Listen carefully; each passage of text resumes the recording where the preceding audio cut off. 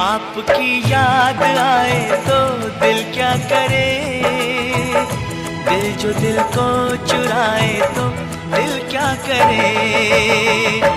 आपकी याद आए तो दिल क्या करे, दिल जो दिल को चुराए तो दिल क्या करे। शिकवा भी आपसे, शिकायत भी आपसे, गुस्सा भी आपसे, मोहब्बत भी आपसे। आपके बिन जिया अब न जाए तो दिल क्या करे। आपकी याद आए तो दिल क्या करे, दिल जो दिल को चुराए तो दिल क्या करे।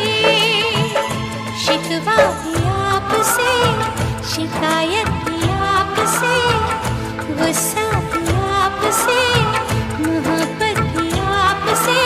आपके बिन जिया न जाए तो दिल क्या करे।